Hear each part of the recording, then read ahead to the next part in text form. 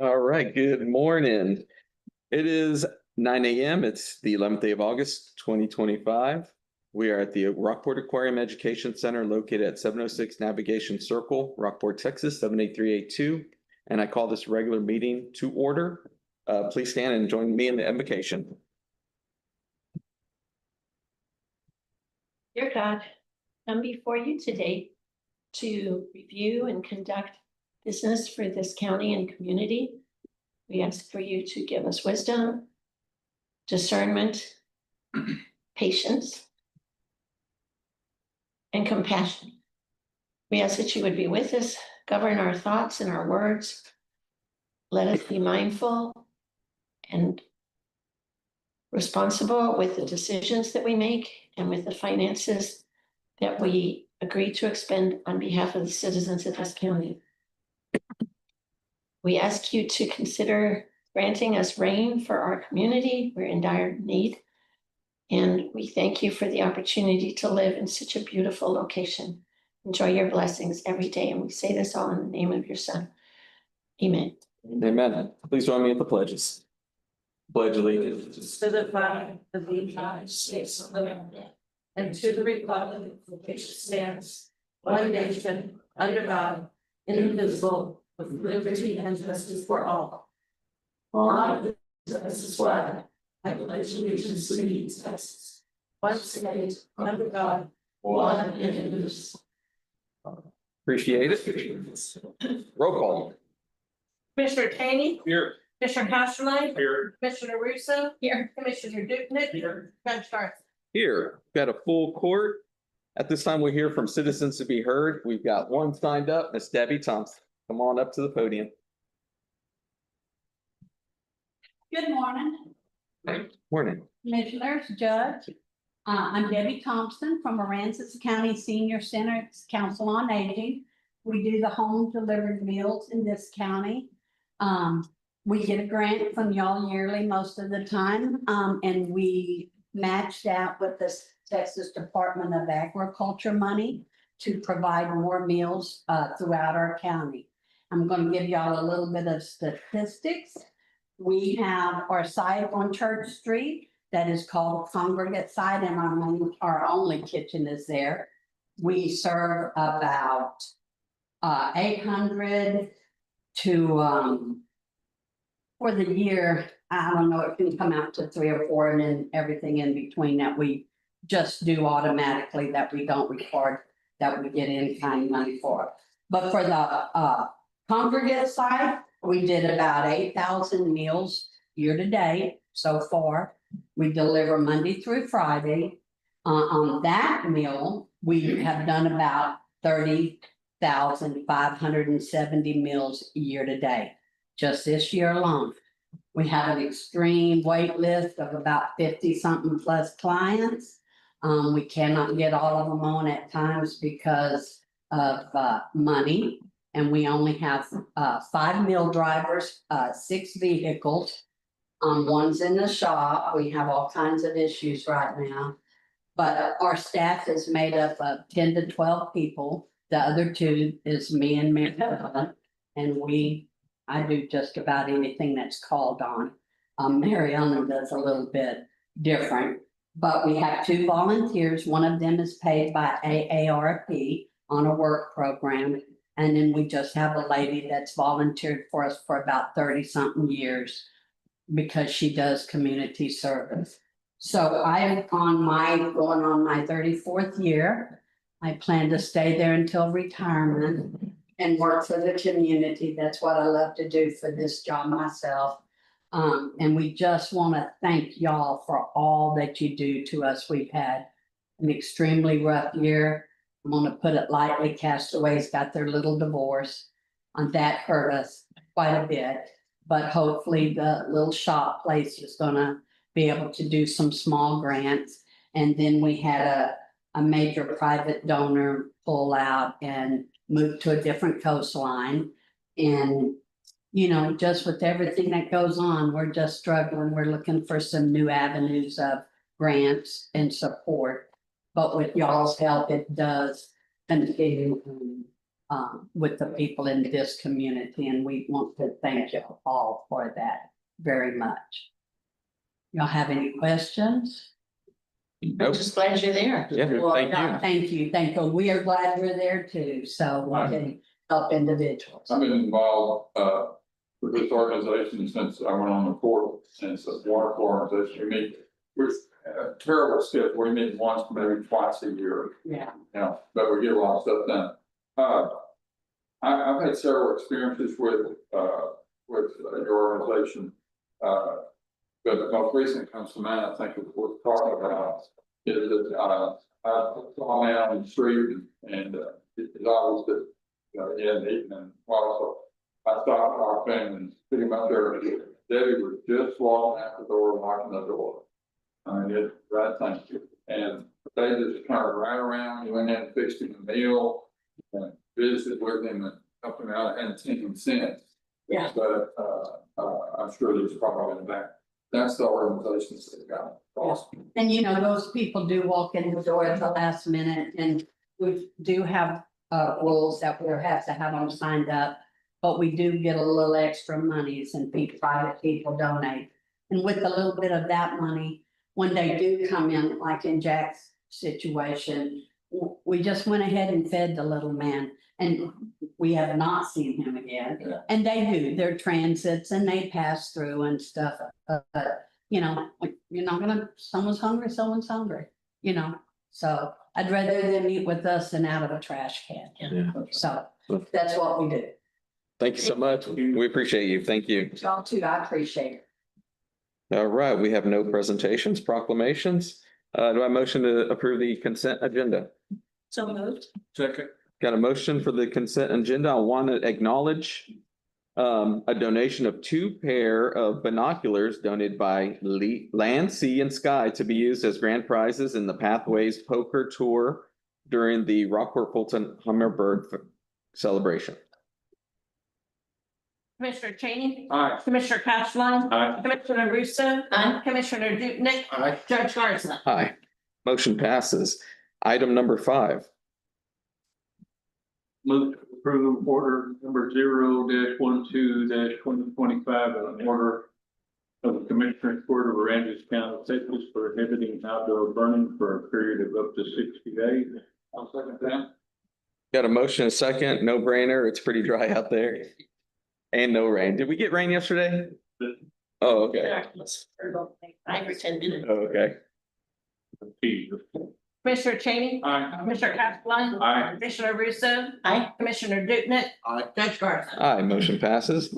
Item number 6. Move to approve resolution R 29-2025, a resolution of Aransas County Commissioners Court regarding the appointment of the board, appointment of members to the board of directors for Aransas County Credit District. Second. Got a motion and we've got a second. Did y'all have time to review this resolution, and do you have any questions? I do want to say we had a meeting with all the entities, and I walked away from that meeting with something totally different. I think after that meeting, we're going to add 2 or 3 seats to it so that everybody has a pick. And then we retain 2 seats, but I'm fine either way unless y'all have. So, and I did bring the list. Does that fall in line with the taxes that are Being collected? collected at the appraisal district? Well, I would think No, it doesn't. that The school district, and thank you, Anna, for sending that. The school district collects a little over 52%, and Aransas County collects just under 30%. It's right there, you have, over 80%. And then the city is about 14%. So about half, a little less than half of what the county collects. And then Fulton, 1%, the NAV district, 2.5%. maybe it might be kind of mute since the school has more votes than us in it. But my understanding is it won't pass if we don't. Well, I think it can pass. It can't pass. If But we- I thought the regulations said that both of us had to vote in favor of it to make a change. Is this a regular? I think if we don't pass it, we don't have to pay. This is a recommendation from the appraisal board itself? I believe so. No. No. Oh, I have some concerns other than the fact that I don't see why we're giving up a seat. For one, I didn't know about this meeting, so I wasn't able to go and attend and listen and understand why Port Aransas School District and Aransas Pass School District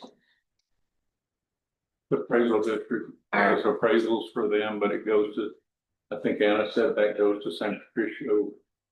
and probably New the Agent, race, yeah. maybe, since Port A, I think, is in both. Correct. But, and number 4, the timing of the appointments. A resolution that will be done no later than September 31st. I don't believe September's ever had 31 days. So I don't know who drafted this. But to me, that was just a stunning error. I know that seems small, but if we have to live by the rule, then September 31st never shows up. But the other thing that is much more serious to me is number 5, failure to appoint, failure of any entity to provide the above resolution by the deadline will forfeit that appointment, and the county judge will make the selection on behalf of the entity. I would suggest adding that the judge will make the selection on behalf of the entity with the approval of the commissioner's court. And then also under 6, where it says at the first regular meeting of the board, members shall decide among themselves who should be chair and co-chair. Doesn't say how they're going to do it. Is it a simple majority vote? Is it a 3/4 vote? But not having any input into how this was written or even who drafted this. And I know that there's a time frame, but I think it is critically important, 1, to change the date to a date that really exists, and 2, to say that the judge can make the selection with the approval of the commissioner's court. That's just how things work with the county government.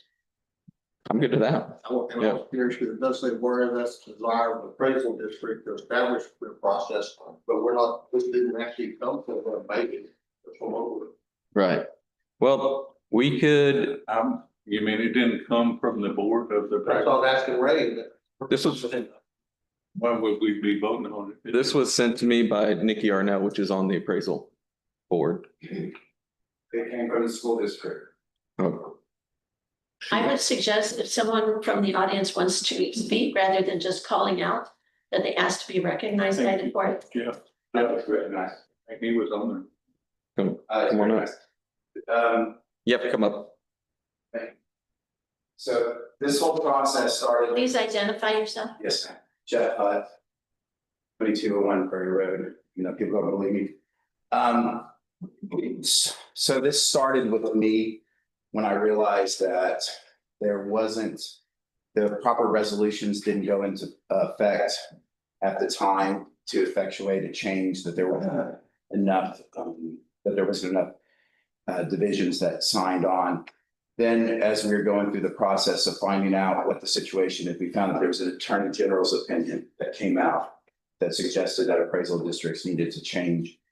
This went back to the school district. This has not been voted on by the board yet, as far as I know. And it came out of this, we came out of the school district. Nikki Yarnell put it into place. The point you make about, I believe that the statute says that it has to be appointed through a resolution. And the only way that I understand a resolution can come out of the commissioner's court is if it's a vote of the commissioner's court. So I do believe you're right, Mrs. Rousseau, about needing a vote of the school district. The court. The court, yes. It needs 75% of the participants to vote to support it, for it to take into effect. Your vote is not required if they get the other ones into effect. It really, I spoke to Judge Charles about this back when I was on the board. There's really should be no reason that this is a contentious thing. It doesn't matter who the board appointees should be. The appraisals are done by the chief appraiser. I have a feeling that the school board and possibly the city don't understand actually how the appraisal district system works. And that's why they want so badly to have control of the board. But this vote is, as I think Judge Garza said, I don't think it really matters if you have one or two people on it.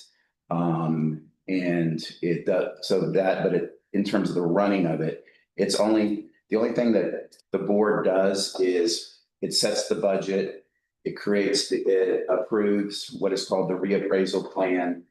And it's in charge of the building and facilities. So It oversees the chief appraiser. I'm sorry. Oversees the chief appraiser, but the actual job of it, the appraisal district by law cannot influence itself into the appraisals.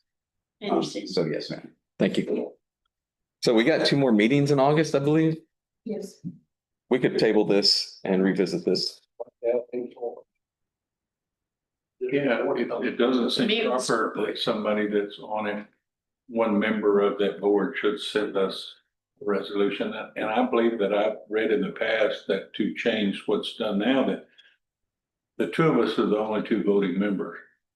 That if one of us doesn't vote to change it, I think it stays the same. Been a while since I've read it. All right. Yeah, let's do super majority. You can move to take over the table. I'll say it. All right. So Motion on the floor to table, and it's been seconded.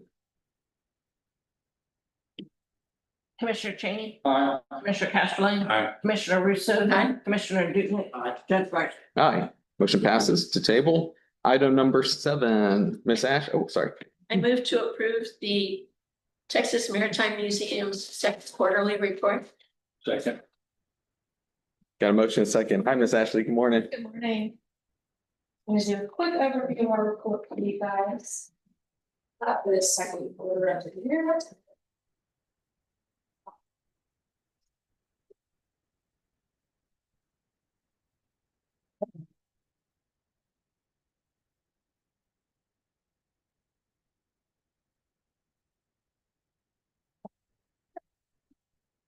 They're trying to write it up, but we based off copies of it. Our annual attendance for the quarter was 5,136, which is about on par for what the first quarter of the year was. We're seeing city study numbers come through this year so far.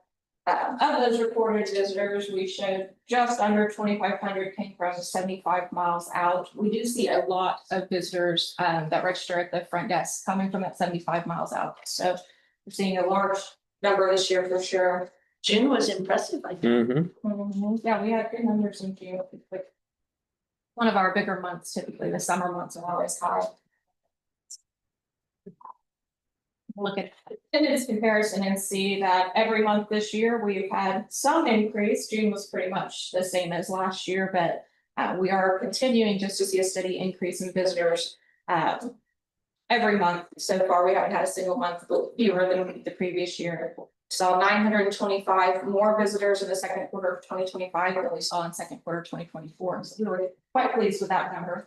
Of course, we're only halfway through the year, but you can see we are on track to have a record attendance number again this year. We've seen that consistently grow in the last several years. So curious to see where that number comes in, but it looks like it's going to be quite promising. Of our registered attendees at the front desk, you can see that breakdown of where they're coming from, the major metro areas in Texas. We did see an increase in Houston. That number is typically more the 11 to 12% range. We're 19% out of Houston this year, this quarter, excuse me. So we definitely saw an increase there. And of course, that other is typically about half of our attendees. That's going to be out of state, as well as anywhere else in Texas. That's not one of those major metro areas. Hotel heads and beds, we did see a bit of a dip. Typically that splits fairly close to even. We had 67% that either said no or did not answer the question, which is higher than usual. But we did still see a number that did stay overnight. You'll see the 4 or more nights is the highest out of those that did stay. They stayed overnight. So it's more long-term visitors kind of stopping by to see us. Breakdown for expenditures, you'll see our bulk of expenses that came from crop funds for the quarter were curatorial, which is pretty typical for us. That's where the majority of ours goes. Let me give you a brief little summary of Line Fest this year that took place over Memorial Day. Had 1,160 tickets sold, 48 vendor booths, which was significantly more vendors than we had last year. 91 volunteers. We're estimating about 1,375 total attendance to the event. I say estimated because we had some technical difficulties with our iPad at the front gate. Unfortunately, the majority of the information collected did not save. So I do not have heads and beds numbers for you for this year. We're already working on a fix for that for next year. But of course, those are critical numbers for us to have for this event. But we did see an increase in attendance compared to last year by about 200 people. Had a great show. It was fantastic. Lots of people showed up. It was a good day, a very hot day, but a good day. I think they had the ambulance part people off 2 or 3 times too. Yes, we had a couple of people with heat exhaustion situations happening, and you know, we tried to make sure we had vendors around with water, but it was stiflingly hot that day. I was working, I know. Was one of the ladies in my booth that Oh, no. needed to be taken? Yeah, there were definitely some issues with that, but overall, it was a pretty good event. On our social media, that graph does not look impressive, but if you look at that top number, we did break 25,000 followers on social media in the second quarter. The majority of those are Facebook followers. We had 1.3 million impressions for the quarter, which is pretty significantly there as well. And I've added this interactions to show you what we're seeing as far as people responding to social media posts. Pretty good numbers there, almost 73,000 interactions for the quarter with our posts, which you'll see on that Facebook number there, that's up over 60% compared to the previous quarter. So we had a lot of interaction in the second quarter. I'd like to show you guys a little ranking of what our top posts were. The historical posts with the information just regarding Texas maritime history typically are our highest viewed and interacted with posts. As you can see there, that's where all of those are showing up. And with our website audience, got some good numbers. We had over 21,000 views, 11,000 visits from over 10,000 visitors. You see those spikes like in May. That May 1st spike was registration for our summer camps. That's always a crazy day when those open up. So those filled up the day they opened. That's where you see that huge spike there in the middle of May 1st. Then for our audience, you'll see the sources direct to the website is just under 43%. Followed closely by Google searches, and then links through our social media, as well as from our email marketing, which is that third one or fourth one down, the brevo.net. That's our email marketing. So they're clicking through on emails at that point. And then the bulk of our listeners are Texas. What is that? Brevo.net?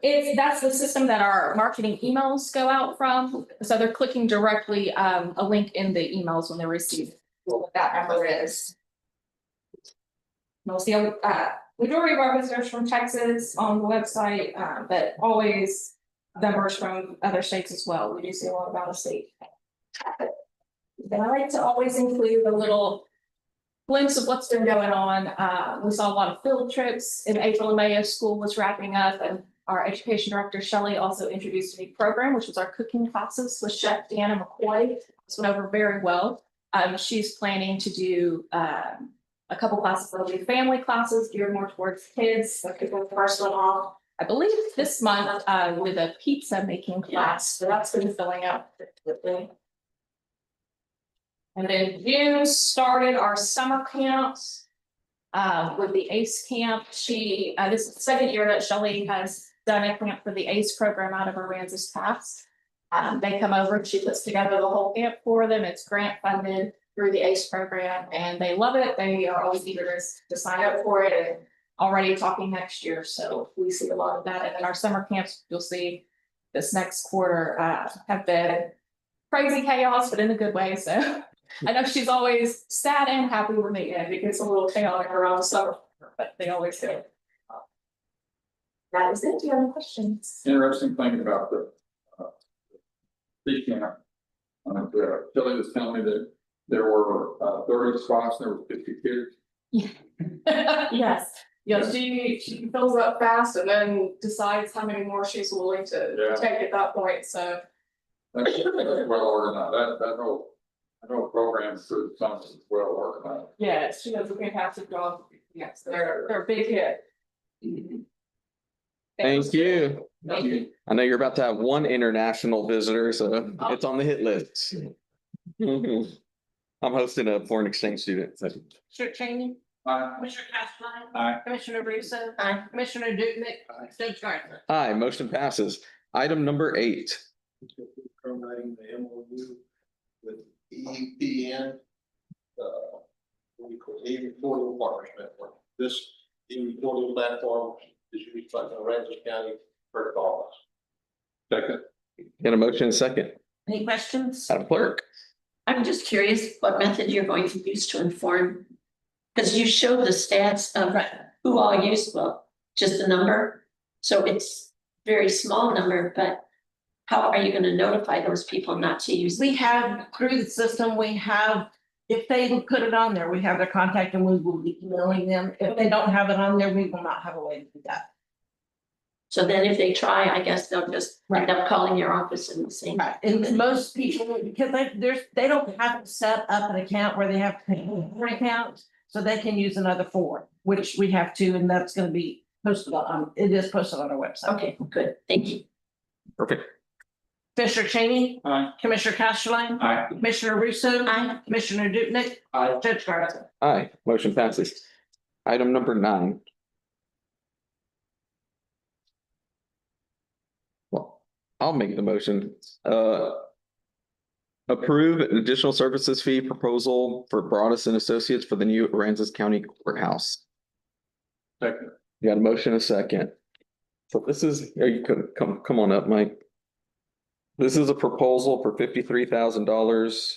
We heard similar, 2 weeks ago or last week? It's been a long time since then, but floor's yours, Mike. Good morning, court. My name's Mike Morrell. I'm with Broadus and Associates.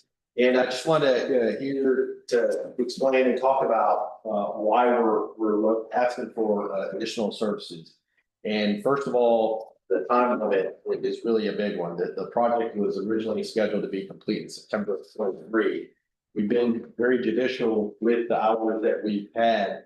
So here we are a couple of years later, and we have not asked for any additional services yet. This is the first time, and that's because we want to continue to serve even through the end of the project and through activation and whatnot. And I recognize that there's been tremendous amount of change since the very beginning of the project. You know, for instance, Judge Garza, Commissioner Russo, Commissioner Dukenyak wasn't here. The 3 out of the Commissioner Court wasn't even here. So I'd just like to remind the court that when Mark Williams first started, he did do some design reviews, and some of the things yielded some tremendous benefit to Aransas County. For instance, most of the municipalities or counties that we work with have their own what's called Division 0 specifications. It's the owner's responsibility. And Aransas County did not have it. So we did not have this in our original fee, but Mark went and developed it, worked with the county auditor, worked with the county, and actually generated a Division 0 specifications for the county to use in their bids, and that the county can continue to use in perpetuity. How we change it. That's a value of about $45,000. That was not a part of our fee at all, but we did it because we felt we wanted to support the county. Same thing as the bidding and negotiations went into, and the county accepted the $23.6 million bid from Teal Construction Company. The first thing we recommended to create space in the bids was to go into what's called a value engineering exercise that we recommended. It worked through, and through several weeks of effort, Mark identified approximately $256,854 in savings that was returned back to the project. It created some contingency space for the county to proceed forward. Another thing that Mark did in his design was to look at the structural engineers auger cast piles that went from 70 foot and recommended, hey, we might not need to do this. We ran some tests, And we found out that they can go to 50 foot instead. That's a significant savings of nearly $72,000. And then lastly, Mark had identified some of the exterior finishes were originally called for stucco in the design. And Mark had worked with the architects and the construction contractor to identify a secondary form, an ethos form that would be less maintenance to the county in the future and provide a cost savings of a little bit over $40,000. Altogether, that's around $413,000, almost $414,000. That's over 50% of the fee that we charge. So we feel that, though we didn't catch everything, we caught a significant amount of things. And, if anybody has had any of the meetings, you know that Mark Williams is our project manager, is very vigilant. He's very in-depth and knows the details, so probably better than anybody in the county or the construction contractor, maybe the architects themselves. So our goal is to help drive this project to completion, all the way to the end. The funding that we're requesting, the fee that we're requesting is a not to exceed amount, and we will only invoice for the hours that Mark uses to try to get to the completion. So if he does not, utilize the hours, it takes you to 52,550, then we won't invoice. So as we really are trying to make it the best approach for the county to provide the best value to the county so that we can see you get into the building, go through activation. There are still some changes left. I understand that the county is still working with the construction contractor on the way ahead or our goal is to maximize the flexibility that we can offer you and provide the recommendations to see the details through and to try to be maximum benefit to the county. So that's really why I'm here today, and I wanted to communicate that to you this morning. Appreciate it. I've got a question. Ross's purpose was to watch out after our entrance drive. Yes. And all the things that you listed were in our entrance drive. Yes. So isn't that what we paid for? Yes. Okay, so why is that extra, Everything but the Division 0 specifications. That was not. It's not like we build a courthouse every 10 years. It's just one time we build anything this size. Yeah. And, we hired Broadus. We hired Broadus to look at our interest, and I think that for the most part, they've probably done that. But to come to the court and say, this is what we saved you, that's what we paid you for. Yes, sir. So I don't see that that's an argumentative point. It's not argumentative, it's just educational for some of the folks who weren't here at the beginning, and you were. Yeah. So you've kind of gone through through the journey with all of us. For the sake of the others who weren't, this was educational for them. So not to be argumentative, just to be educational. And I'm not necessarily against the question, but it just seems like everybody keeps coming back to us for additional things that should have been done 2 years ago. We should have been doing this 2 years ago. And I for one, quite frankly, pretty big that, pretty upset that we're still coming back with additions because of this, because of that, whatever. We hired professional roofers to get us through this, and I have not been pleased with them. That's my own personal opinion. Understand, Mr. King. I do appreciate the additional information you did provide to us, because I wasn't aware of all of that information, so thank you for doing that. Yes, sir. Any questions? As I mentioned when we discussed this last week, we paid for $140,000 for quality assurance, quality control for the courthouse, and another $24,000 for the Celebration Plaza and shared space. We also paid for conducting on-site inspections and reports, $300,000 for the courthouse, and another $60,000 for the shared space Celebration Plaza. So that is well over $500,000 just between those two. Yet we're still looking at problems which were not picked up by the courtroom. ADA non-compliance, the holding cells. And I just don't feel like we have received that level of service.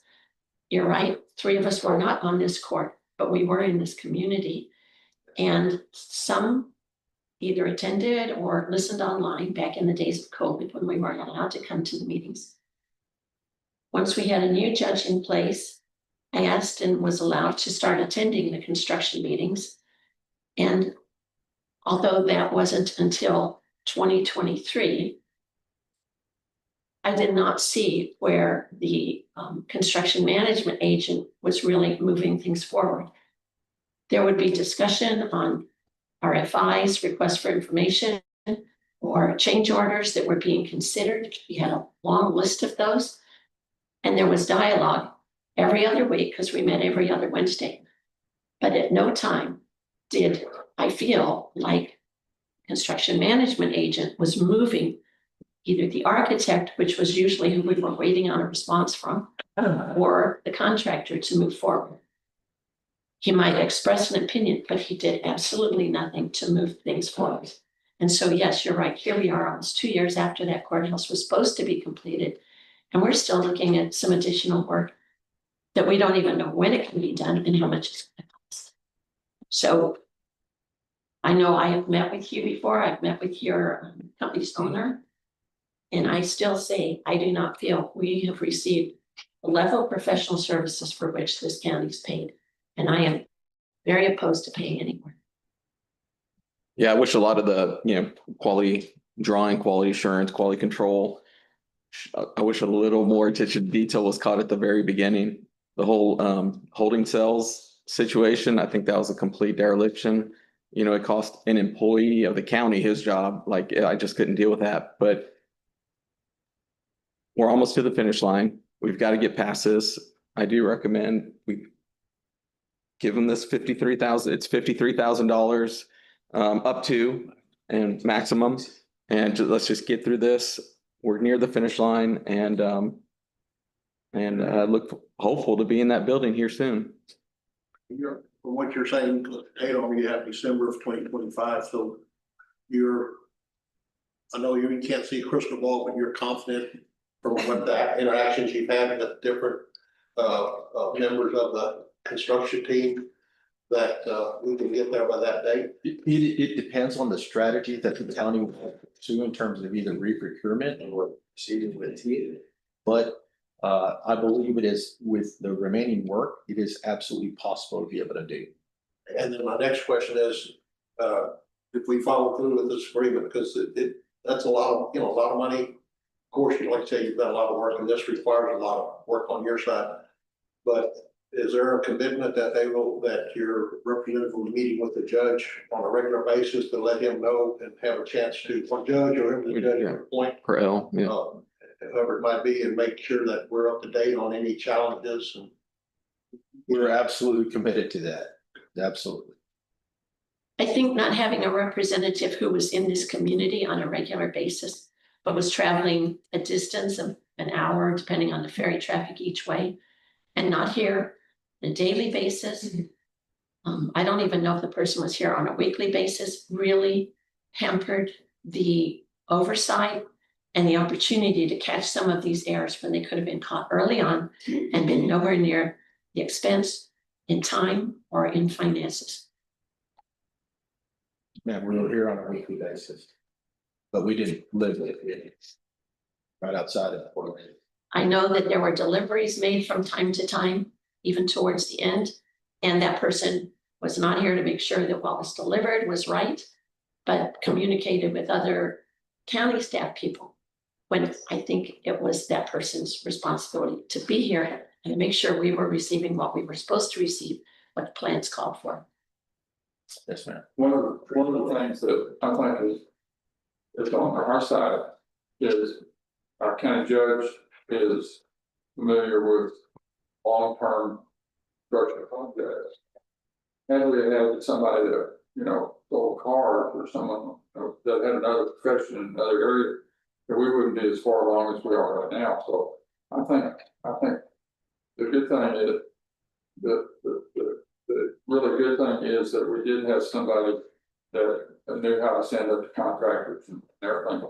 I think that saved us probably at least a year and maybe construction quality. And then, you know, we have a very diligent worker that has, done what most people needed to think. And if this is the last number that we're gonna look at, I would probably support it. But if this is just one of another number, then I can't support it. So, So it's our goal, this is the last, just like the judge said, the end is in sight, we see you moving in, soon. And we want to be able to help with the activation of that, because that's not just a simple move in.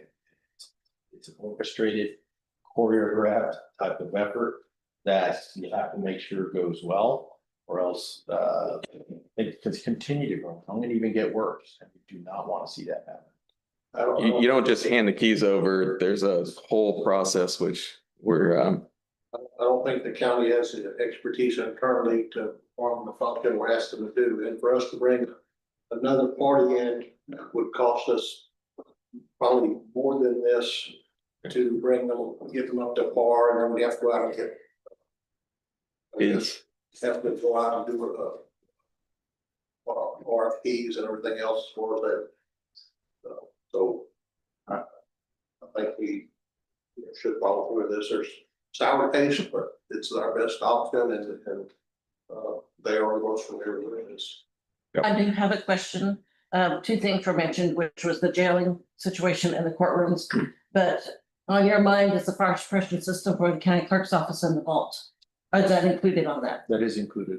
yes, yes, ma'am. I would just like to make a clarification. When all of this, Mike commented that the auditor's office was involved in all of the specs and building all of that stuff. It was not our office. Long-term recovery was the ones that were working.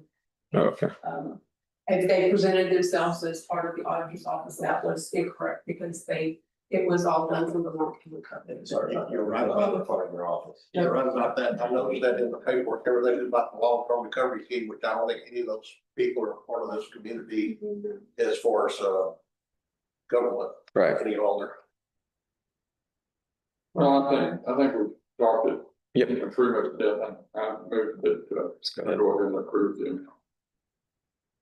Commissioner Cheney, Aye. Commissioner Castellano, Aye. Commissioner Russo, Nay. Commissioner Dukenyak, Aye. Judge Garrison. Aye. Motion passes 4-1. Item number 10. Move to approve the Aransas County Institute Healthcare Report for July 2025. Second. We've got a motion, a second. Good morning. It's pretending to be Miss Elmer today. So we're in the 11th month of our fiscal year. We're at 22% of our budget. Last year we were at 46%, so I think we're doing pretty good there. Questions about what we've paid or anything in the report that we presented to you? Okay. Yes, you're doing a good job. Thank Appreciate you. Thank you. We're working hard to mine the county residents' money at this point, because we know how important it is that we spend it diligently for the residents. Thank you. Thank you. You're welcome. Appreciate it. I'm looking at somebody in the comments and all this. No. Commissioner Cheney, Aye. Commissioner Castellano, Aye. Commissioner Russo, Aye. Commissioner Dukenyak, Aye. Judge Garrison. Aye, motion passes. Item number 11. This is about, Move to approve the Sorry. indigent healthcare expenditures for the fiscal year September 1st, 2025 to August 31st, 2026. Based on an 8% gross revenue tax levy as calculated by the Aransas County Tax Assessor Collector. State Comptroller Form 50-252. Second. Got a motion and a second. So I noticed that the general fund levy with county sales tax added GRTL shows an increase of almost 2 million higher than last year. Is that because of the tax roll increase? Yes, I use when I calculate for her, I use last year's yes, Okay, Oh, okay. up until July 31st. thank you. Thank you. Okay, so our 8% GRT on this is at 1,701,477.68. It's more than what it was last year, as you noted, which was 1,546,904. That's what we put in the Indian healthcare budget, Okay. Cool. which we don't spend. I don't usually get that. You do good. You do- Way down, so. Thank you. Commissioner Cheney? Commissioner Cheney? No, I'm good. Commissioner Casterline? Aye. Commissioner Russo? Aye. Commissioner Dukenit? Judge Preston? Hi, motion passes. Okay, and before we move on, I meant to do this at the beginning of the meeting. I apologize, but I'm striking item number 12. We're gonna move that. We're gonna discuss some things at our workshop this afternoon or after this meeting, and it'll be on the next meeting. We have time. Are we gonna do the jingle song? Setting the public hearing, we'll need to move those to house. Okay. Strike number 13 as well. It's not gonna mess with our time. No, so We do this. So we Item number 14. move to approve the July 2025 auditor's monthly report. Second. yes, y'all have a report, included, some updates on the grants, and actually, Tish has an update that she'd like to give you on our GLO C270 grants.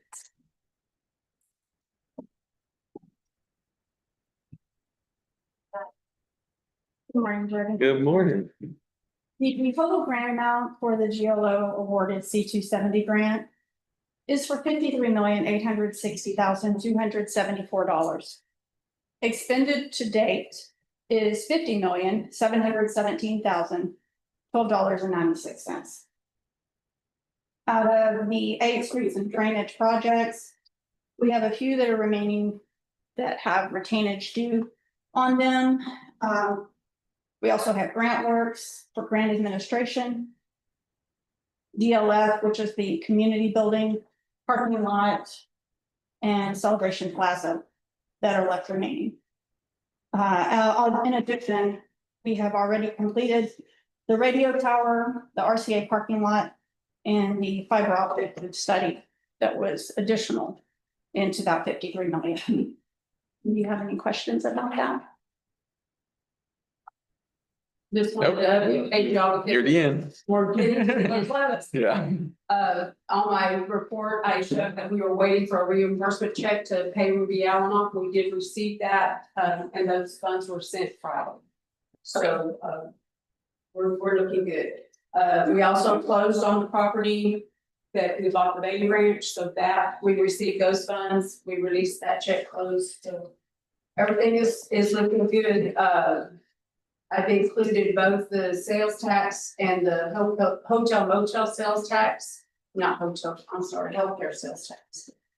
There was one other thing I wanted to touch on.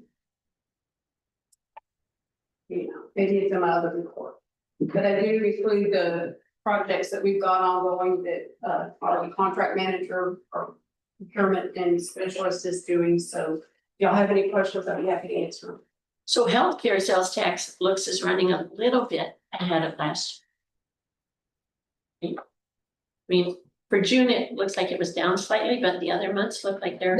There is running just a little bit. 1 month it'll be a little bit over, and the next month it'll be $10,000 less. So they're pretty level. We're not seeing a big increase like we did right after Harvey. And I really kind of attribute that to all of the construction and everything that was going on. That is why we saw such a large increase. So, and I don't know what we're gonna do when we don't talk about that contract that ends in C270 anymore, but I'm glad to see that day. Oh, we will definitely be glad to see that day ourselves. So on page 2, and you just mentioned that you were waiting on the reimbursement for Ruby Allen, you just received that. Yes. So on Rattlesnake Point, Southeast and Southwest Aransas, Are those projects the ones that we still have like grant works and some retainage that you said you're still waiting to pay out? Yes, ma'am. The grant management from GrantWorks is working on obtaining 100% payroll certification. Okay. On the labor side for those contractors' payouts. And that is a requirement of the GLO that we do adhere to 100% payroll certification so that we can be then reimbursed at 100%. Thank you. Yes. Make a comment, people, I think a lot of us probably doesn't realize. So many departments with the auditors, with taxing entities, or our clerks, county district clerks, and other departments, we have so many professionals working there. People don't realize how skilled and specialized and how devoted these employees are, and I think this, I think that what y'all know, everybody on the board appreciates what y'all do. So it's a lot of work, but we, as a county, we have a lot of value for the dollar. Oh, absolutely. Absolutely. Thank you. All right. Any other questions? Commissioner Cheney, Aye. Commissioner Castellane. Aye. Commissioner Russo. Aye. Commissioner Dupnick. Aye. Judge Garza. Aye. Item number 15. Move to approve the budget line items transfers. I'll second that. We have none today. Commissioner Cheney, Aye. Commissioner Castellane. Aye. Commissioner Russo. Aye. Commissioner Dupnick. Aye. Judge Garza. Aye. Motion passes. Item number 16. Second. You have the normal payroll liabilities as well as the accounts payable. I would like to add one that was not on your list. It's for Mike Shaw. It was to replace a jail van that they use for transport. And the 30,000, well, not to exceed $30,603.57. The invoice I have is incorrect. There's gonna be some deductions on it, so I just don't want to exceed this amount. So we can get it corrected invoice and pay it. Okay.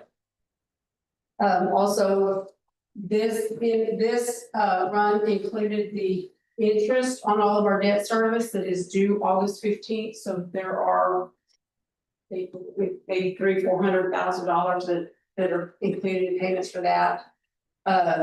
We have on 430, we have grant works for the mid-mod. For the startup on everything was $135,290.70. That does include all 4 of the projects that we're doing with the mid-mod. You said that done. Yes, maybe. BGAL for the courthouse of $1,670.44. And LCR for Southwest Aransas County and $882,398.66, which are the streets that we added at the end. That we do still have their retainage that we haven't paid.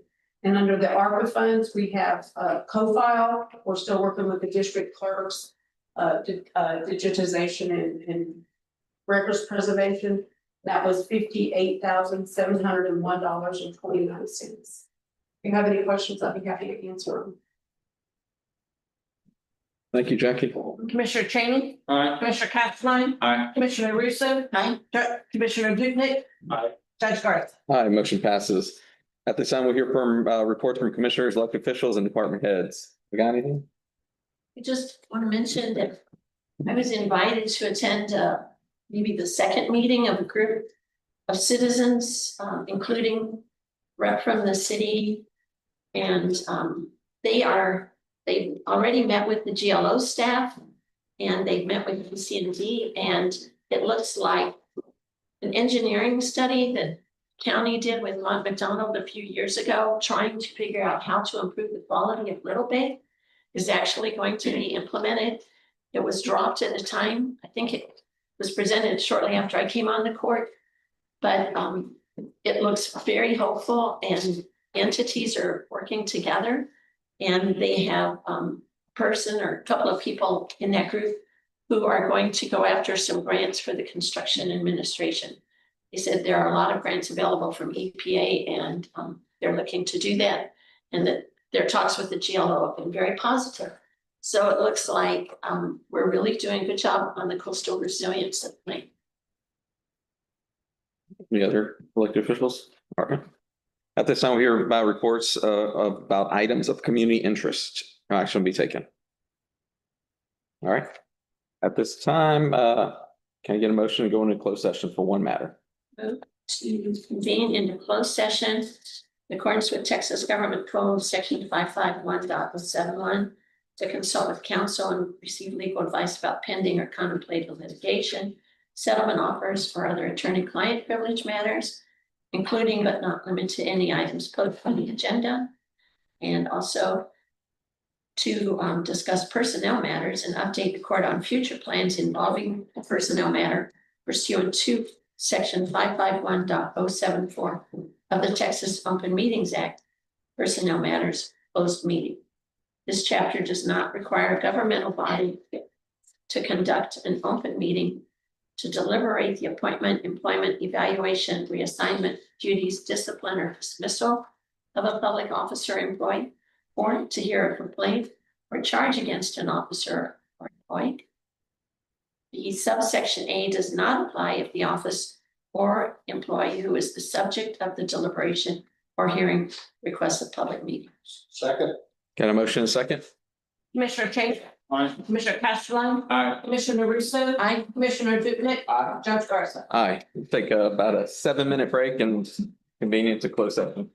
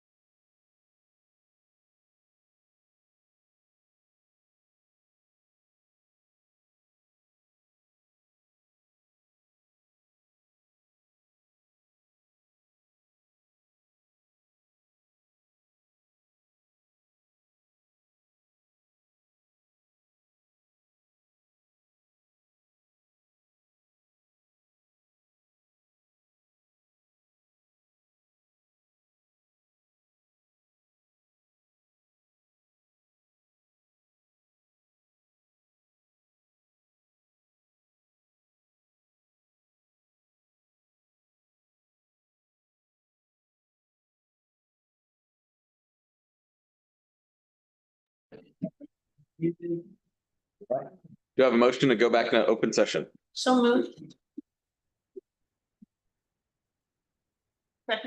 Okay, sorry, I couldn't tell which one you said it. Commissioner Cheney? Aye. Commissioner Castleline? Aye. Commissioner Russo? Aye. Commissioner Dupnick? Judge Carter? Hi, motion passes. We're not gonna take any action on matters discussed in closed session. Do I have a motion to just? Second.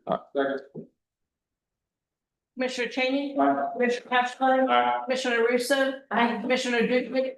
Judge Carter? Hi, motion passes. We are adjourned and on that same breath. Let's do that again. It is 10:27. It's the 11th day of August, 2025.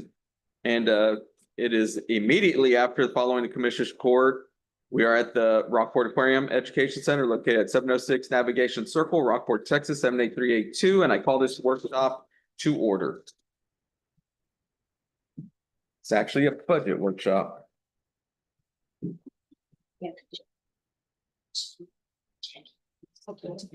Oh, yes.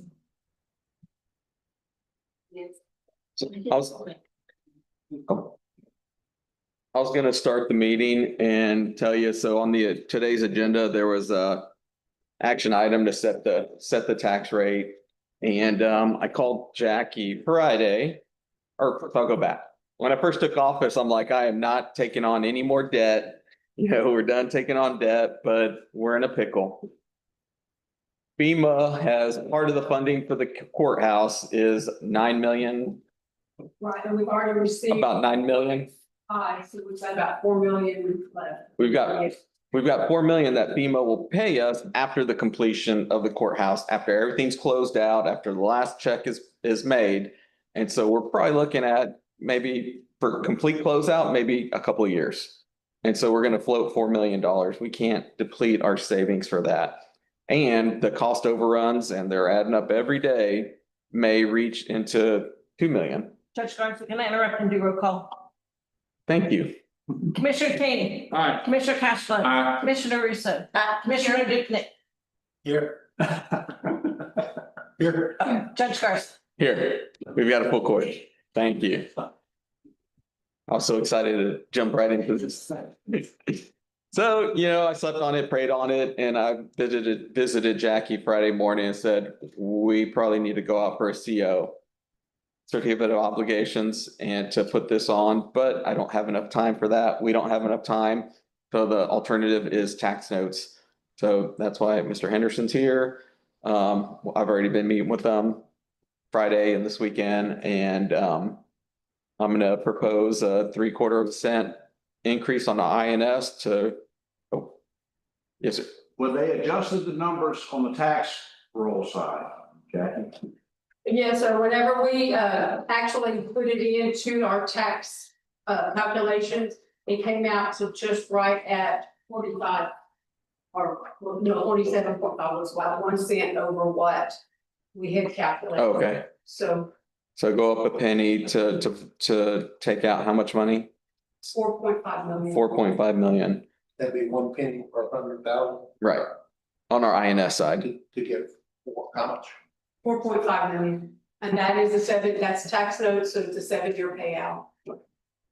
And when we get our FEMA money, it's gonna be used to pay this off, but kind of don't have the funds in our savings, and it'd be irresponsible because, you know, if we have an emergency or even depleting the savings could affect our bond rating, I believe. So this is where we're at, and I'm gonna ask the court to support a $4.5 million tax note. I'm concerned that if we give them a major event, you should have, what, at least 2 months of building capital.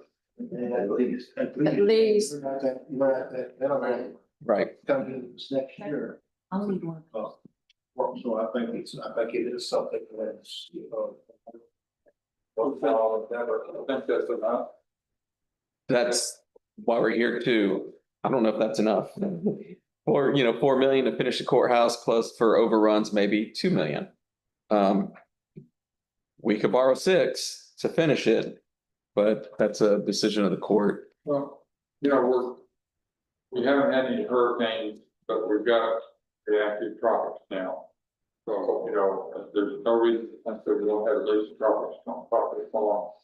And it's not, building is not, the courthouse is not to the point that it should be able to sustain, you know, heavy damage, or heavy storm.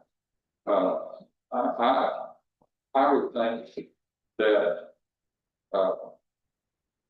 that if 6 million or whatever the thing is, what we absolutely need to get us through it, I would think that we need to look a little bit more, because, you know, you can't change tax rate in the middle of the year, and we don't have to spend it if we don't use it. So how does doing this affect what we can legally increase our tax? This actually will affect your voter approval rate, and it increases the voter approval rate. It doesn't, And increases it? No? it will, anything with, when you add debt, it increases, not the non-new revenue rate, that stays the same. But your voter approval rate will increase. Which means it'll be higher without having to get a vote from the public. Yes, ma'am. Okay, because that's a very confusing terminology. So explain to me the difference between tax notes and certificates of obligation, because I know that there was a huge outcry about the tax notes that the city and I think the county maybe did 5 years ago. When we did when we go. In layman's terms, please. I'm from East Texas. I can barely understand myself. I doubt that, sir. I'm going to introduce you. Yes, sir. For the court, my name is Robert Henderson. I'm the managing director with RBC Capital Markets. I have had the honor and the privilege and the pleasure to be the financial advisor to Aransas County since Judge Wendell back in the 80s, so a long time. I appreciate the invitation to be here and to explain these things. The difference, Commissioner, between a certificate of obligation and a tax note has to do with two things. They're authorized under different statutes of the state constitution. And because they're authorized under different statutes, there are different requirements and there are different parameters for which you can use the money.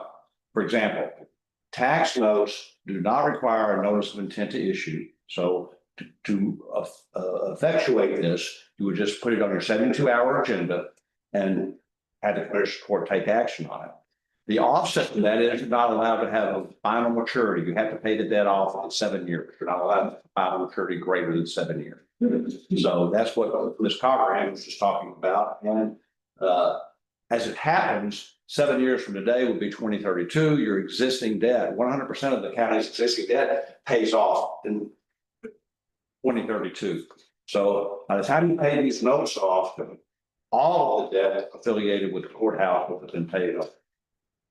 Now, certificates of obligation, on the other hand, can go out to a maximum of 40 years.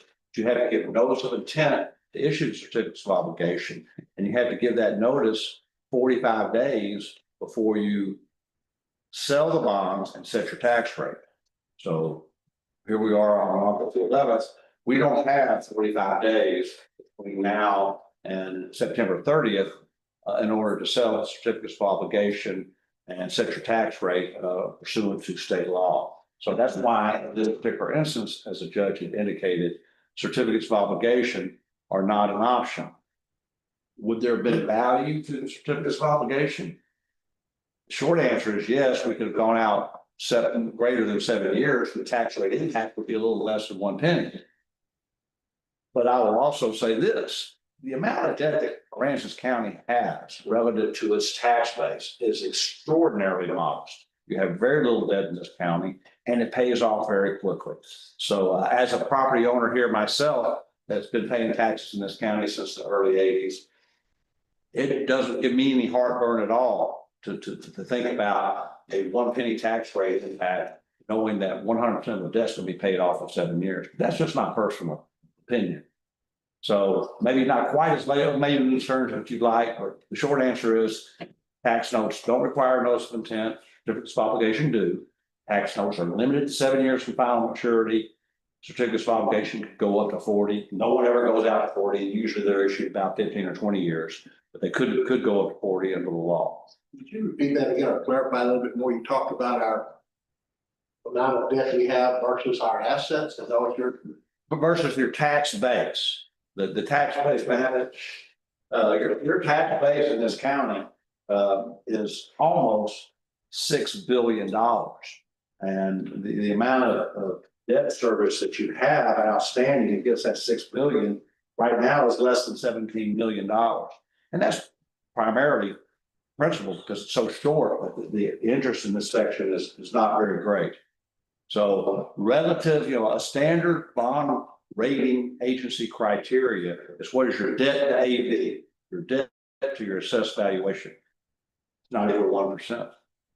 So what is a common, say, statewide? 2.5, 2.5. So you guys are, in fact, I need to get a calculator because it's not even 1%. I'm gonna do this real quick and dirty. I'm gonna call it $5,900,000.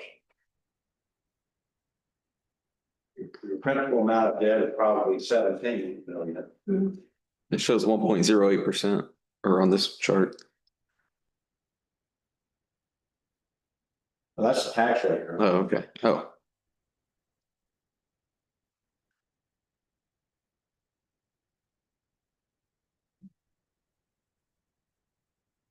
Less than 0.3%.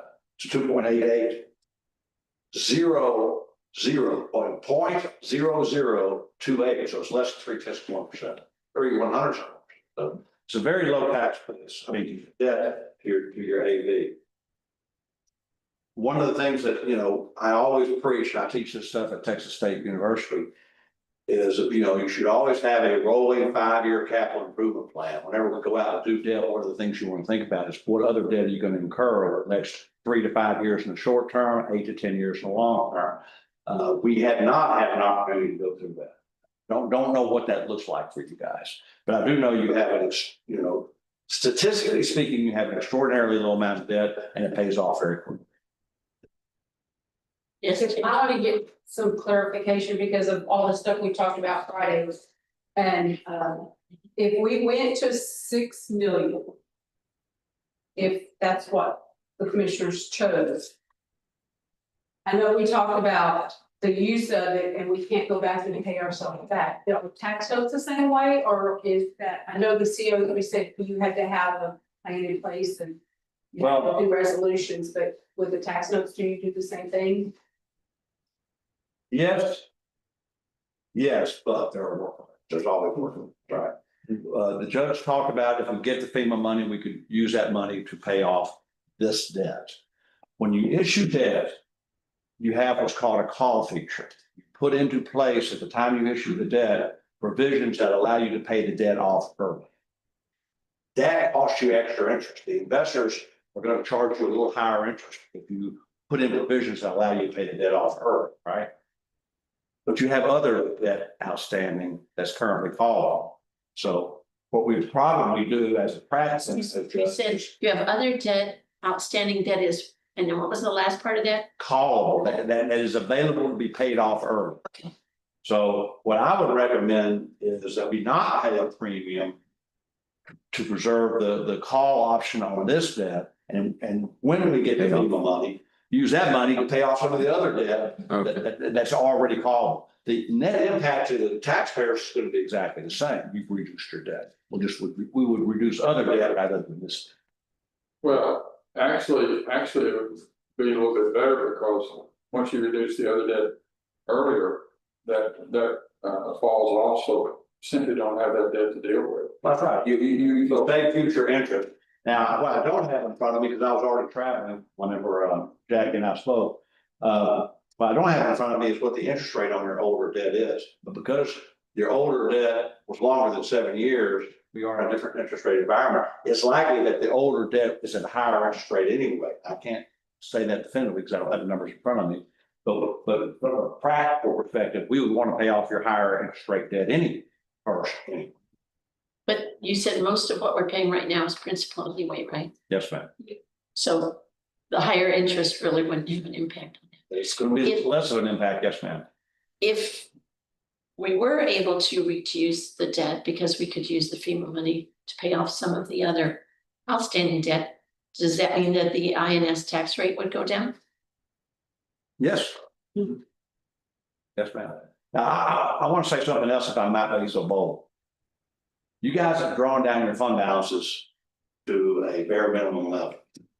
As you contemplate receiving insurance proceeds and FEMA reimbursements, one of the things you probably want to do is reimburse your general fund and build back up your fund balances. And the reason you do that is if we have another Hurricane Harvey come in, you don't want to be strapped for cash and you have to go out and borrow money in the middle of a hurricane to do your FEMA thing. When we get the reimbursement from the insurance companies and FEMA, I think at that time we need to take an analysis and see, do we want to pay off debt, or maybe we want to pay off less amount of debt and reimburse the general fund for all this money that's been drawn down. And that's just a financial decision at that time. It's right now we've got interest rates that are exceeding some of the rates you're paying on your debt, right? So we could take the money, put it in your general fund and earn more interest on it if you're paying on your debt. But we'll cross that bridge when we come to it, whenever we get to FEMA reimbursement. But I do want to put it out there that we don't necessarily, another way to look at it, Commissioner, is you already have a debt. And that debt is your inter-fund borrowing between the general fund and the construction accounts. So that might be the debt you pay off, say inter-fund borrowing and put the money back in the general fund. Or at least a portion. It does concern me because people don't realize it does cost us right at $2 million a month to keep the county doors. open to the general fund. It is, and we all know the community, I think at large understands, we have a hurricane, the county has to fund up front all of that repair, all that cleanup. And then you may wait 2 years to get a FEMA reimbursement on that stuff because we're dealing with the federal government. So you need at a minimum, in my view, you need at a minimum 3 months worth of reserves just for your operating. And then you need additional reserve above and beyond that for potential emergency situations like hurricanes. We can't make a decision about this. No. This is a workshop, right? Right. We would like some guidance, but when we come back for official action, that it will only be on a regular agenda item with a 72-hour notice. So if you're thinking about 6 million, kind of need to know that. I'm sure that we can work that in, and I say that if you look at the sheet, the very last year, in 2032, we did this on what we call level amortization. You see your debt service falls from $1.8 million to $1.3 million. We could add another $1.5 million just on the very tail end of that thing, right? And have the same tax rate. So Where are you looking? the very last line, if I might have. 2032. 2032. On I. We're looking over here, 2.8 million drops to 1.3 million. So we get, that's gonna cost us a little more extra money. Jackie and I rounded up to 1 penny, but in fact, the actual calculation is about 7/8 of a cent. So I said, let's have the judge call it a penny, because who cares about 7/8, right? So I think it would be fairly easy to add $1.5 million, make this thing a $6 million transaction and be within the penny. And No, within a penny of your existing tax rate. Your existing tax rate is 3.75 cents. If we call it 4.75 cents for publication purposes, I think we can get $6 million and stay within that 4.75. And that will not trigger rollback. No, sir, we would stay under the federal approval rate. Then I would think we ought to go to at least 6. I do. all right. And now, Robert, if we get down the road and we have another hurricane, and again, we're getting back in the same situation that we are now with our reserve, is that something that we can go back and look at we're not gonna be blocked for 7 years to be able to do additional debt if we need to. No, sir, you can, through either voting general obligation debt or through certificates of obligation, you can issue more debt in the future beyond 7 years.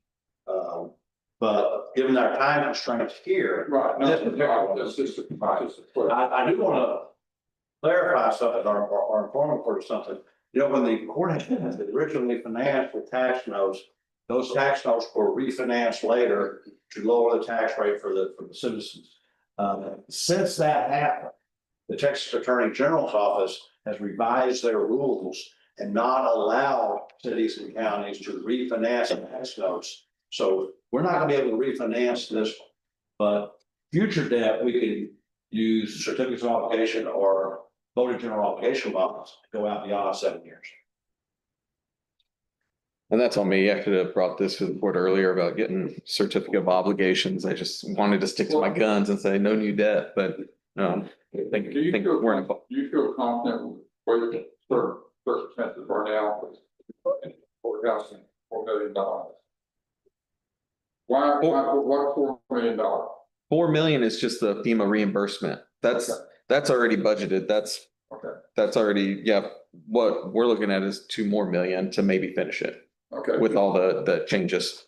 So you're looking at going now the 4 million, which we will be reimbursed for. Right. At some And point. the 2 million as a hedge fund, or as a, not a hedge fund, but as Overruns. an overbid.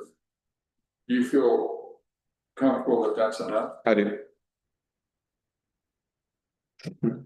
How much of the? Fingers crossed. How much of a buffer do you think is there?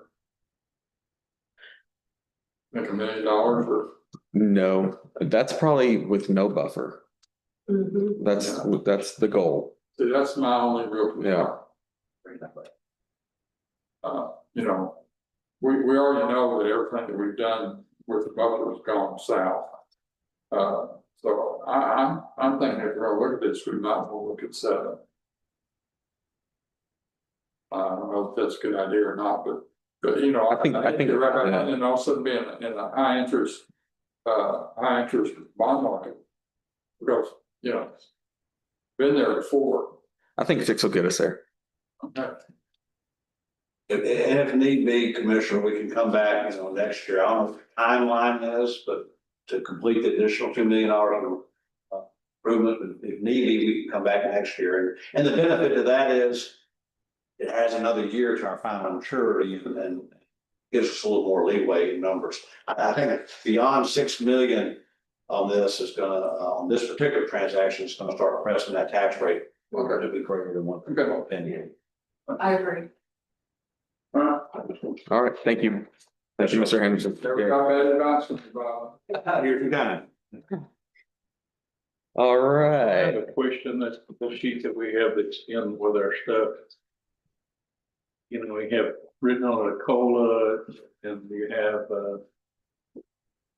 35,000 for the payroll keeping deal that we had, and you have the sheriff's deputies.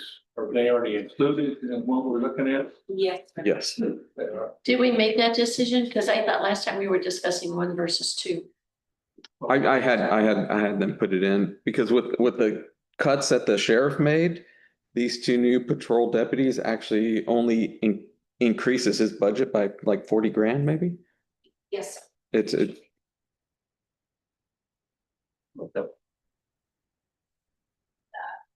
Are there just some new pages in our boxes?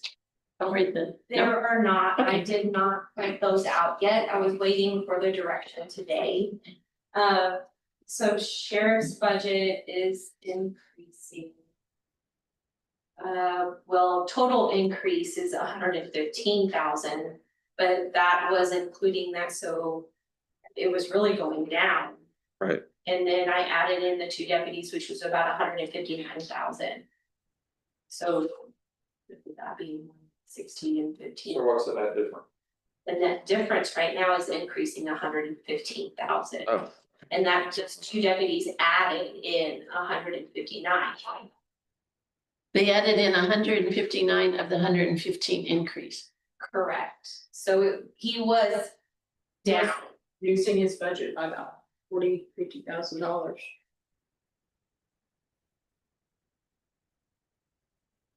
So that didn't really offset the 2 new positions very much. right. I guess not. Well, like Chief Brooks said last time, even if we get in that courthouse, their mission doesn't change because we're still spread out. Are we gonna make a change for the county attorney's office? Oh, yes. We're gonna make take the salary out for one of their civil attorney position and put in non-departmental. And I was on the fly last week. I added a 2.5% COLA across the board. I'm open to suggestions of the court. That's kind of set in stone now. Well, it was gonna be because, at least can elected officials take like a 2.5% and let non-elected a higher COLA? I'm not so sure that I agree that we should go over 2.5 for anybody. Okay. I was, we had that salary study. And I think, officials, I think that's good enough, but that salary study. I think he said the minimum he recommended was looking at 3.5%. But I would like us to consider, at least for the employees, not the elected officials, but other say department heads and employees, to look at a 3% this year for this next year. If we could consider that. And the reason I'm saying we need to find some way. If you're elected official, that's one thing, but if you're working for the, as an employee for the county, I think we need to do something to keep the longevity, to promote the longevity of the employees. And give you a staff we have. comparison at a recent COG meeting, I had a conversation with the B County judge about salaries and, we all kind of compete, I think, with San Patricio County, and they have all kinds of industrial taxes. He said, yeah, they do also, and he said they're given the increases that they're given, whether it's cost of living or call it a raise or whatever. He said they're given $1,000 an employee, no matter what they make. Just like a stipend. He said, and you know how they're legally doing it, but that's something, it's kind of comparative to us that we're not in an industrial county like San Patricio or Nueces and he kind of said what I was thinking, that we'll never be able to compete with them and you just need to realize it. I'd be open to that. I think there's some way we need, and I guess by doing a stipend, you're also not moving down your administrative costs. I'd be open to Mike. I would like us to see, have some way of getting, more money in employees. Yeah. Like for us to consider implementing the salary study that we paid for. I mean, the gentleman who brought it, I think, was using a 50% model. I can't remember because that was like a month or so ago. But he said he could recalculate it to bring us up to like 40% or 30%. But we had that done, a lot of time and effort and resources went into it. And I think it would be good to look at implementing that, maybe not at the 50%, but at least at the 40%. That was my thought, 3%. It would be. Well, but we keep going along and recognize that some positions are just not paid as high as they probably should be for what the work that's being done, and other positions are being paid probably seriously more than they should be paid, just because of discrepancy in giving salary increases over the last few years when it was kind of open season. And I really think that we should look at doing something with that salary survey. Both your office indicated. One of the things she had, if we were to look at bringing them to minimum salaries, this just includes COLA, would be 3.2%. And that's all I said, we got 3%. Yeah, but he also said that according to their study, there were people that wouldn't get any at all. Right. That's true. Because they're already being paid at a very high rate by comparison to other counties. And that's why we commissioned the salary survey in the first place. Well, I wanted to show people that, county employees aren't overpaid. There is some room to give them a raise. I would ask that we do at least a 2% COLA minimum for, and adjust next year when we have the final study. And it's my understanding the final study has not been delivered to the county. No, ma'am. Yeah, And let's not penalize the ones that aren't getting paid enough because some are getting paid too much. well, I'm proposing 2.5%. Or 2.5. Yeah, I think we look at like 2.5 or 5, because that falls in line with salary schedule that we have. Something 2.5. 2.5. And then give But the, with the intent that next year, we might That's look what at I- implementing the salary survey, so. and yeah, I'm trying to get it closer to where it should be. And are y'all open to- Decision making time, but No. I think, I'll be 2.5. If No, but we could also, and I haven't even talked about this, of giving step raises, given the 1-step raise or 2-step raise. Well, that was gonna be a question, actually. I had that if we gave this 2.5% COLA, would department heads still be able to at least give a step increase That's, if warranted? Because I really would like to see that. I would like to say that, we can do that, I'm fine with that too. so 2.5% COLA and the ability to give a step raise. So what's the maximum number of steps that are allowable then? 15 per salary group. No. How many can a department head give one person? Well, if we say 1 step, just 1 step. And then each 1.5%. Yeah. And that would be based on performance, not. Right. That's because. Ideally, And the 2.5% COLA, you gotta remember, we're paying more for their medical too. So everybody's getting already a little increase well, it's a start. to start. Last year was a start. This is a continuation. yeah, for Yeah. faith. Yeah, when that's performing, they can give a step increase, I think that's. The 2.5 will keep employing that's there, give them that's their total, but then it allows a performer to get up to 2.5, get a step increase. Yes, sir. We'll put that in. Okay. Yes, sir. Is this the same thing in this work? At the workshop, sure, come on up. Yeah.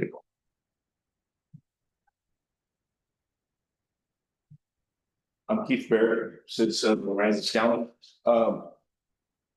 In a past budget workshop meeting, you had your emergency management coordinator, Mike Gear over here speaking about situations in case of emergency, hurricanes and others, and a stipend for employees that would be working that. Mr. Castline said that possibly the other entities wouldn't appreciate having some leadership roles paid out or. No, wasn't what I said, or what I meant to say is we've always worked together in all the entities. And when you give the appearance that you're dictating to everybody, you're gonna do this, whether it's the city, Bolton, the sheriff's department, the fire department. To me, you shouldn't have the appearance that you're dictating that we're gonna do this, we're gonna do that. No, I agree. You should basically touch bases with all those people before you jump into something like that. As someone that's been in the emergency management EOC room for the last 18 years, what I've seen now, post hurricane, is the drain on knowledge. Just like this very court, 3 of the 5 wasn't here during the hurricane. Look at the city, at least 2 to 3 of their 5 wasn't here with their hurricane. You think about Fulton in the same respect. Even I, that was formerly with the district, and they have 3 of the 5 that wasn't here during the hurricane. I think if the emergency manager could pull upon some county staff to be trained, take the courses, be trained in emergency management procedures. I don't think any of the entities would not want help. Right now, with the loss of that experience across so many of the departments and so many of the entities, what's left? They don't know what they don't know. Well, And so if you had the different members that the emergency management coordinator had to help guide them on what paperwork to fill out, what directions to go in, contacts that they need, I think that would be a great asset for our entire community. I don't think any of the other entities would feel My point was, he should talk to them before he comes in to the court and asks us to do it. No, I'm not saying that we shouldn't do that. But It's it's just if you know, you have some different emergency management people have different opinions how they do things. Well, I agree. And people are used to how our old person. If something happened this hurricane season, in that EOC, the loss of so many people with so many experience would be telling. If our emergency management coordinator had some people that were highly trained in those aspects, it may be great for all of the community. You talked about a stipend for those people. I think that would go without question. I think about myself in general. I was here through the hurricane and then thereafter. Just the total expense that I incurred personally to be here in our county. You think of how much gas I put in my home generator. You think about the meals. I ruined a set of tires running through all the debris. Those people that you're going to ask to come and perform, I think figuring a way to compensate them for that extra time and effort, it would be. Mr. Barrett, I'm going to stop you. I appreciate your concerns. It's still in the work. That money is budgeted. It's already budgeted. The next step is we're working on job descriptions for those positions. So it's already in the works. No, that's good because I think it would really help our community have some leaders with that. Oh, absolutely. In mind, especially with the drain of. that's so well, partly because Ricky was trained and all that stuff, and we had a pretty much simple last night work. Exactly. But Thank that was just my thank you, sir. To give some support for that. Thank you, sir. All right. Anything else? Commissioners, y'all got any questions? So what are any suggestions on what we're looking at on The tax rate? The sheet that you have right there. Is the one with the yellow highlighting on it, with.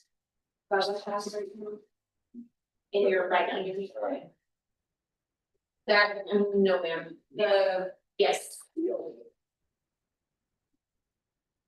But you're saying not this because it doesn't affect, but it's still gonna affect what people are paying for And that taxes. is calculated with all of this in mind. This was? Yes, ma'am. For this that includes looking at $6 million of this on the budget. Actually, no, that is with 4.5 million. It should still cover it because what Bob was talking about is backloading it, so it'll be the 7th year. Instead of the tax rate dropping to 2 cents, it'll still be the 4 cents. All right. And that gives you several scenarios of a tax rate. But for the voter approval rate, it's still showing, 378,505. The INS. Is it gonna go up on penny? The INS That's is what it approved. is. Because the INS goes, so you're. Yeah. It's in So there. before it was 368,505. I'm not sure exactly. I'm not sure. I have it memorized, but that does include the 4.5 cents Okay. for the debt and, This is now it's gone. So what is our maximum rate? For the $6 million tax? It would be the, Voter approval rate on there. voter approval rate. What is it, 3.7? 3.505. 8.505. The second one. I personally feel comfortable dropping the last 5 because that totally keeps us under the voter approval rate. We could go up to the 05, but it's probably $10. So then just, so What you have right below it, the 0.3785. Just leave it here. Yes. That's basically what we were recommending, just because it drops that very last. And there's no question that we hit the voter approval. Okay. I mean, it's very, very minimal, like I said, probably $10 because of the 11. Actually, 800 or under 700. Approval rate, it was the 371,293. Okay. All right. Right. So the next documents we see will have. Yes. Ooh, still working with the deficit though, but hopefully we get through these lawsuits next year. Yeah, with, the debt, selling the debt, it'll help a lot with all of our expenses and give us that. Right. Thank you. I can see it. Move to adjourn. Second. Commissioner Cheney. Commissioner Castleton. Aye. Commissioner Ritchie. Commissioner Dignan. Judge Price, please. Aye, motion passes or adjourned. Thank you. That thing about